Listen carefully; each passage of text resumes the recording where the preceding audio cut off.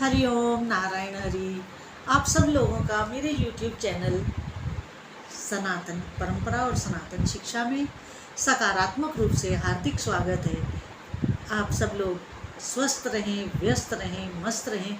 मैं इसी मंत्र के साथ रोज़ वीडियो शुरू करती हूँ, चाहे इस चैनल का हो, चाहे मेरे टैरोट रीडिंग का हो, मैत्री टैरोट रीडिंग का। तो मेरे 2 YouTube चैनल हैं और दोनों पे मैं रोज़ आपके साथ आती हूँ। तो आज जो मैं विषय लेकर आई हूँ वो कल की वीडियो से आगे का है। कल कुंडलिनी जागरण का ही था, तो आज भी कुंडलिनी से ही जुड़ा हुआ मेरा ये वीडियो है।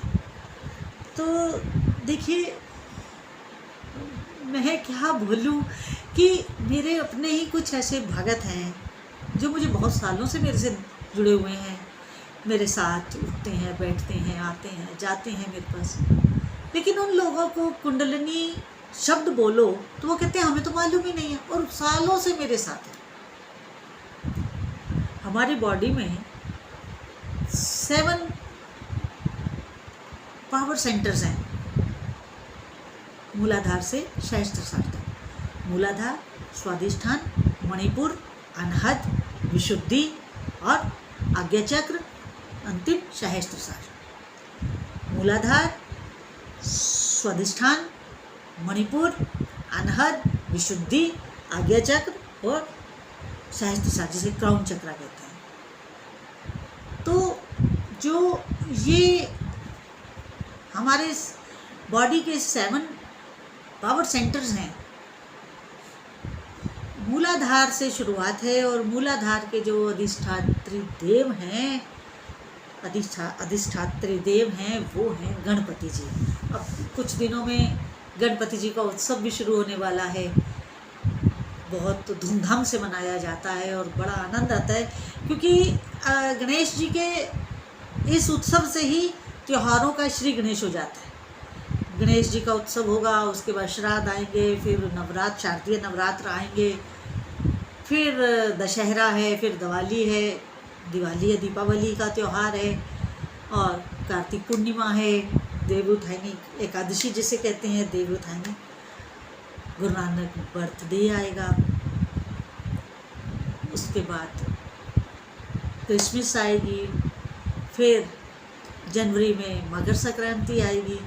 हाँ, अब एक ऐसा ट्रेंड हो गया है कि लोग 1 जनवरी से ही नया साल मनाते हैं, जबकि हम लोग नया साल 1 जनवरी से नहीं, चैत्र की प्रतिपदा से मनाते हैं, जब हमारे चैत्र के नवरात्र आते हैं। हम अपना नया साल तब शुरू करते हैं। ये हमारी सनातन परंपरा है। तो अब लोग विदेशी परंपरा के रंग में रंग गए हैं, तो कोई क्या कर सकता है। लेकिन अपनी परंपरा को, अपने बच्चों को ज़रूर बताना चाहिए, उन तक ये सारी जानकारी होनी चाहिए, ताकि वो अपने देश, अपने धर्म, अपनी संस्कृति, अपनी अस्मिता से जुड़े रहें। अपनी अस्मिता अपनी ही होती है, उसे खुद ही बचाना पड़ेगा। कोई बाहरी बचाने नहीं आएगा, वो तो कुठाराघात करेगा। तो इसलिए कुछ भगत तो जानते ही नहीं कि कुंडलिनी क्या होती है, और वो जानना चाहते भी नहीं। उनका क्या है कि वो मेरे साथ हैं, मेरे पास आते हैं, जाते हैं, रहते हैं, बस उनको मेरे से क्या है कि हमारा घर बार, व्यापार, मकान, दुकान, परिवार सब सुखी रहे। अब भाई, जब आप किसी सन्यासी से जुड़ते हैं तो आपको, हमारा जो एक सन्यासी का एक उद्देश्य होता है, वो होता है आपका आत्म कल्याण। आपका भौतिक कल्याण स्वतः होगा। अगर आपका आत्म कल्याण होगा, आपका आत्म कल्याण होगा, तो आपका भौतिक कल्याण स्वतः होगा। मान के चलिए आप इस चीज़ को, क्योंकि जब हमें सुप्रीम चीज़ मिलेगी तो छोटी मोटी चीज़ें तो आती ही जाएंगी फिर स्वतः। उसके लिए हमें प्रयास नहीं करना पड़ेगा। समझ रहे हैं मैं जो कह रही हूँ? मगर नहीं करना चाहते, अपने शरीर को तकलीफ़ नहीं देना चाहते, क्योंकि तपस्या जब हम करते हैं तो अपना शरीर का तप देना होता है ना, तप बल जिसे कहते हैं, तो हमें वो अपने शरीर को उसमें झोंकना पड़ता है ना, उस तप में। इजी गोइंग तो कुछ भी नहीं है। आप अगर अपनी स्टडी भी करते हैं तो उसमें भी आपको मेहनत करनी पड़ती है, तपस्या करनी पड़ती है। तपस्या का ही फल, तपस्या का ही प्रताप आता है कि जब आप रिजल्ट लाते हैं। इसी तरह हम अध्यात्म में भी जब साधना करते हैं, सब कुछ करते हैं, तो उसका कुछ एडेड रिजल्ट भी होता है। तो बात मैं कर रही थी कुंडलिनी की। मूलाधार के अधिष्ठात्री देव गणपति जी हैं, और कुंडलिनी को जो डिनोट किया गया है, जो बताया गया है, वो सांप के साथ डिनोट है। सांप के रूप में कुंडलिनी को हमारे शरीर में माना गया है कि मूलाधार में 3.5 वल्य का कुंडलिनी मार के सर्प बैठा है। कुंडलिनी शक्ति जो हमारे बॉडी में है, शरीर में है, वो मूलाधार में 3.5 वल्य का एक वो कुंडलिनी मार के बैठी है। अब उस कुंडलिनी को अपलिफ्ट करना है, जगाना है। तो वो कहते हैं ना, करत करत अभ्यास से क्या मैं भूल रही हूँ इस समय। तो जब हम कुएं से पानी भी निकालते हैं तो रोज रस्सी जब आती और जाती है तो पत्थर के ऊपर भी निशान पड़ जाता है। तो सेम बात, सेम प्रोसेस यहाँ पर भी लागू होता है कि जब हम रोज एक साधना करते हैं, मंत्र जाप करते हैं, या कोई पाठ करते हैं, ध्यान करते हैं, क्योंकि देखिए आपको गुरु मंत्र मिला है, आप अपना गुरु मंत्र कीजिए, आप अपने इष्ट देव का मंत्र कीजिए, या आप कोई डेली पाठ करते हैं तो उसे कीजिए। लेकिन जब आप इन सब को करते हैं तो आप निश्चित रूप से एकांत में बैठते होंगे, एक आपका आसन होगा, आप धूप बत्ती करते होंगे, दिया जलाते होंगे, कुछ प्रसाद भी रखते होंगे।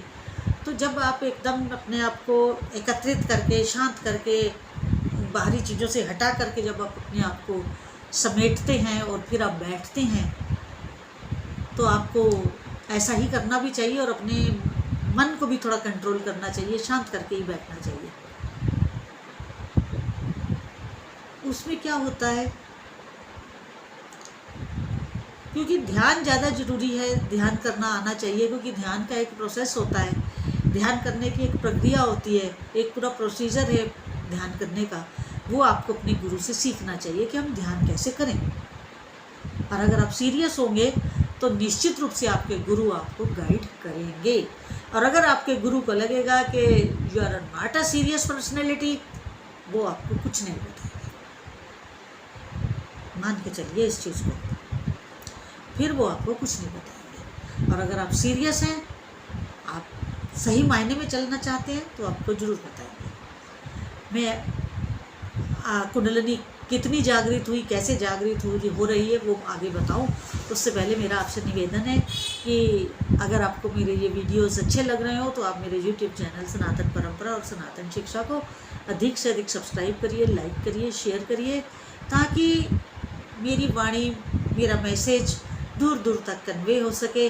और आपके सहयोग से ही होगा, और जिसका भी किसी का कल्याण हो, हम सब लोग उसके भागीदार होंगे। तो आप मेरा साथ दीजिए, मैं आपसे रोज़ इसकी रिक्वेस्ट करती हूँ। तो मेरे इस YouTube चैनल को अधिक से अधिक सब्सक्राइब करिए, लाइक करिए, शेयर करिए। तो आगे जब आप ध्यान कर लें, पाठ कर लें, मंत्र कर लें, तो एकदम से मत उठिए, बैठे रहें। और आप ये देखिए, क्योंकि रोज़ जब आप चीज़ करेंगे तो आपके जो 7 चक्रास हैं ना, मूलाधार से लेकर के सहस्त्रसार तक, उनमें हलचल होनी शुरू हो जाएगी। और आपको ये मालूम होना चाहिए कि जो हमारे अंदर कुंडलिनी है, उसकी अपनी एक साउंड है। और जैसे जैसे हम साधना में मैच्योर होते चले जाते हैं ना, तो उसकी साउंड बदलती चली जाती है। अब आप कहेंगे कि हम उस साउंड को सुने कैसे? अपने ही शरीर का हिस्सा है, हमारे ही बॉडी का हिस्सा है, हमें ही मालूम नहीं है। हाल तो वही है कि कस्तूरी पेट में होती है और वो जंगल जंगल घूमता है हिरण। उसे पता ही नहीं होता कि खुशबू मेरे से ही आ रही है। तो आपको भी नहीं पता कि आप क्या हैं। आप पूरे ब्रह्मांड के नियंता बन सकते हैं। मैं झूठ नहीं कह रही हूँ, सच कह रही हूँ। तो देखिए, आप जब पाठ कर लें, मंत्र कर लें, मेडिटेशन कर लें, ध्यान कर लें, शांत होकर बैठे रहिए। अपने ये दोनों अंगूठे लीजिए, 5 मिनट के लिए अपने कान बंद कीजिए। 5 मिनट के लिए अंगूठे से कानों को बंद कीजिए और उस अंदर की कुंडलिनी की साउंड को सुनने का प्रयास कीजिए। हो सकता है शुरू शुरू में आपको आदत नहीं है तो आपको सुनाई ना दे, आप उतने शांत ना हो, क्योंकि जब हम पूरी तरह से शांत होंगे तभी सुनाई देगी, अदरवाइज नहीं सुनाई देगी। तो उसको सुनने का प्रयास करें और जैसे जैसे आप साधना में मैच्योर होंगे, परिपक्व होते चले जाएंगे, आपकी साधना परिपक्व होती चली जाएगी, ये अंदर की जो ध्वनि है ना कुंडलिनी की, वो उसका साउंड भी बदलता चला जाएगा। समझ रहे हैं आप? जैसे जैसे वो ऊपर उठेगी, जैसे जैसे मैच्योरिटी आएगी, वैसे वैसे वो साउंड बदलता चला जाएगा।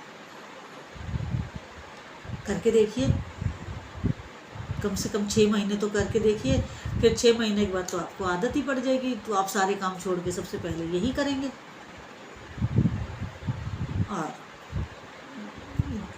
आगे भी हम इसकी चर्चा करेंगे, जैसे मैं उचित समझूंगी कि कमेंट्स आएंगे, जैसे जैसे आता जाएगा वैसे वैसे मैं इसके ऊपर और चर्चा करूंगी। तो आप इतना तो करें जितना मैंने बताया है। और अगर आपको मेरी वीडियो अच्छी लगी हो तो मेरे यूट्यूब चैनल सनातन परंपरा और सनातन शिक्षा को अधिक से अधिक सब्सक्राइब करिए, लाइक करिए, शेयर करिए। हरि ओम नारायण हरि।